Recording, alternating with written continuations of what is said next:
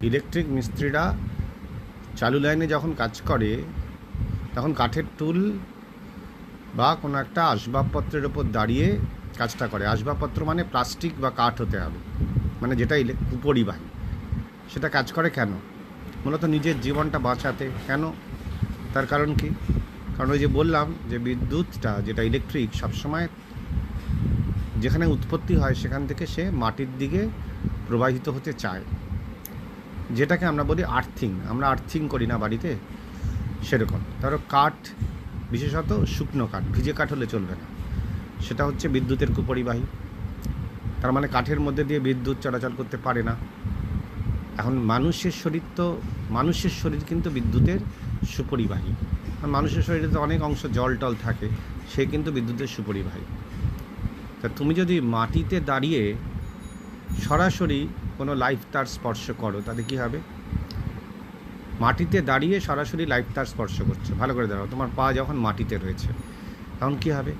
বিদ্যুৎটা তোমার শরীরের ভেতর দিয়ে চলে যাবে এবং মাটিতে গিয়ে পৌঁছে যাবে।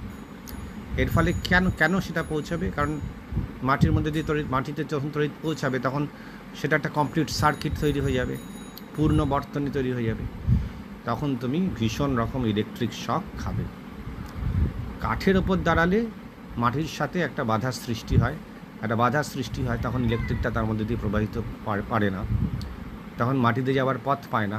বিদ্যুৎটা তখন মাটিতে যাওয়ার পথ পায় না কাঠের দ্বারা। ফলে মাটিতে না দাঁড়ালে, কাঠের ওপর দাঁড়ালে তখন বিদ্যুৎটা মাটিতে যাওয়ার পথ পায় না। এর ফলে কী হয়? সার্কিটটা ইনকমপ্লিট থেকে যায়, অসম্পূর্ণ থেকে যায়, এবং তখন শক লাগার ঝুঁকিটা কিন্তু কমে যায়।